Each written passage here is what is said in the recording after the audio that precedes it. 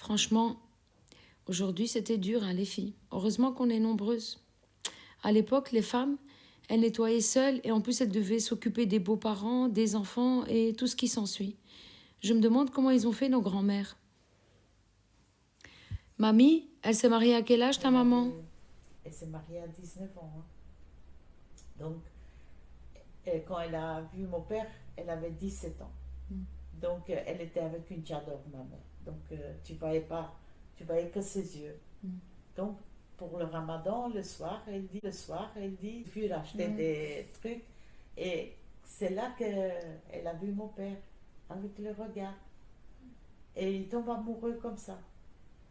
Et chaque fois, il faisait ce qu'il faisait pour se voir. Et mon père, il l'a trouvé aussi jolie, tu vois, il commençait à parler et tout. Mais les familles n'étaient pas d'accord. 2 ans ça a duré, 2 ans. Ils ne se mettaient pas d'accord. Ils ne voulaient pas. Mon grand-père, il disait, oh, Turc, Turchelite. L'autre côté, le père le père de ma mère, il disait, oh, Arnautlar, Aman Allah, l'Arpiner. Pourquoi, en fait, il avait une haine? Parce que, à l'époque, des Albanais, ils ont tué son frère. Donc, il avait la haine. Donc, il ne voulait même pas entendre la langue parler, tu vois. Je veux partir, Gourbet. Pour eux, Gourbet, c'était aller à Prizren ou Kosovo, quelque part. Ils ne voulaient pas le perdre, en fait. Ils sont mis avec cœur cassé, mais ils ont dit oui, on va essayer. Ma mère aussi, elle dit à son père. Il dit, tu ne me donnes pas Ben Kachara. Il dit, ya, tu vois, qu'est-ce que tu veux? Il dit, j'aime ce garçon, je veux personne d'autre. Et c'est comme ça.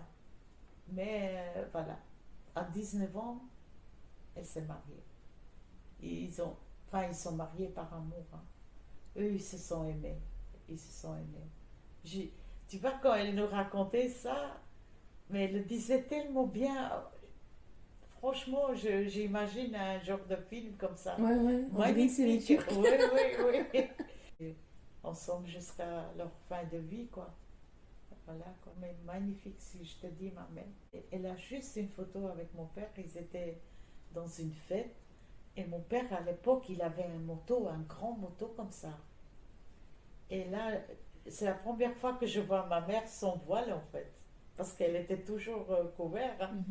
Elle a mis un bandeau comme ça, une écharpe. Elle avait une tresse, mais comme ça, à côté. Une petite chemise blanche avec 3/4 des manches. Regarde, je me rappelle. Et la jupe, elle était plissée, mais avec des petits points, là, tu vois. Avec mon père, elle avait mis une rose comme ça.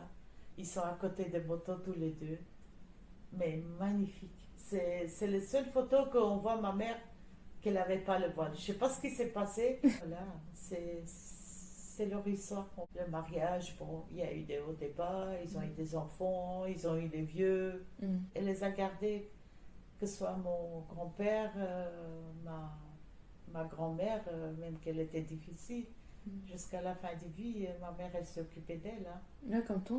Ouais, pareil comme moi. Après, il a eu des enfants, il voulait beaucoup d'enfants. Et tu vois, travail d'Allah, il lui donne. Elle a eu 3 garçons de suite. Après, ma soeur, Rukiye. Après, un garçon encore. Après, c'est moi, tu vois, et c'est comme ça. Donc, voilà, ils ont eu 11 enfants. 11 enfants, franchement. Après, l'autre fois, j'y pensais, je me disais, mais en fait, c'est moi qui ai cassé le truc dans cette famille. C'est moi qui ai introduit le trauma transgénérationnel dans cette famille en allant chercher pourquoi j'étais comme ça. Ouais, il y a eu des choses que le corps exprime et que j'ai essayé de comprendre. Au final, ce que nos ancêtres, nos arrière-grand-mères, nos grands-mères ont vécu, ben on le porte en nous. Et puis... on essaye d'effacer ces cicatrices, mais elles seront toujours là. Ben, on essaye de vivre avec. Et après, c'est bien aussi de comprendre ce qu'elles ont vécu, parce que nous, ça nous permet aussi De ne pas refaire les mêmes erreurs. de ne pas refaire les mêmes erreurs, d'honorer leur mémoire et leur vécu. C'était pas un mariage forcé, mais arrangé. C'était les familles. En fait, moi et ton père, on se connaît depuis qu'on est enfant. Ago et LS, ils se connaissent depuis plus de 100 ans. en arrière. Ça veut dire qu'ils ont toujours donné leur fille pour leur fils, sans que ce soit la famille, attention. Hein. Chez nous, on ne se marie pas avec la famille. Ouais, non. Et donc, du coup, ils ont convenu que si on marie les enfants, ça fera que on va continuer comme ça dans la lignée.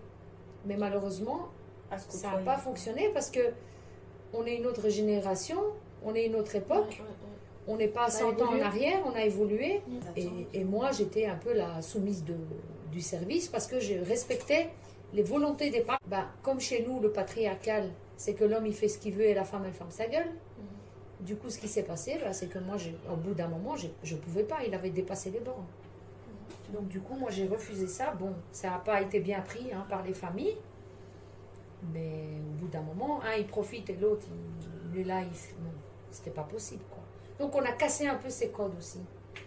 On a cassé ces codes. Ça veut dire que plus jamais ça se reproduira. Après, chez les étrangers, surtout chez nous, quand on divorce, c'est grave. Non. Je crois que dans notre T'es la lignée, première je suis la première à avoir divorcé. Ouais. C'est fou, hein? Ouais, c'est dingue. T'as cassé un truc en fait. J'ai cassé quelque chose. Donc, chez nous, les pères, ils sont pas là, genre de tous. Ils sont là physiquement, mais ils sont absents mentalement, psychiquement.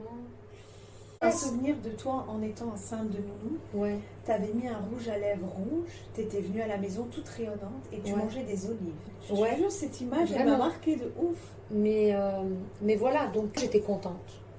Parce que les gens, ils critiquaient, hein, ils disaient à Hélène, oui, t'as pris une fille qui est déjà d'une famille de 7 filles, elle va te faire que des filles. Ouais. Il a dit, je m'en fous, même si elle me fait 10 filles. Ouais. Il n'était pas comme ça. Ça va. Il était juste. Il disait, moi j'aime les filles. Il aimait beaucoup les filles. Après, peut-être que toi, t'as ressenti un peu, peut-être pas le rejet, mais la déception de ton père, Peut-être. inconsciemment.